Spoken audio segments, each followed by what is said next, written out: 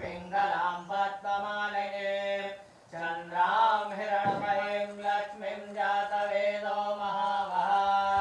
आद्रां यः करुणीं यष्टिं सुवर्णां हेममालिनीं शौर्यां हिरण्मयीं लक्ष्मीं जातवेदो महावः कामावाहं जातवेदो लक्ष्मीमनपगामिनीं यस्यां हिरण्यं प्रभूतं गावो दास्यं स्वाद्रन्द्येयं पुरुषाणः यः शुचिप्रयतो भूत्वा जुहोदाज्ञानमन्वहान् सूक्तं पञ्चदशर्षं च श्रीकामाशततं जपे महालक्ष्मै च विद्महे विष्णुपत्न्यै च धीमहि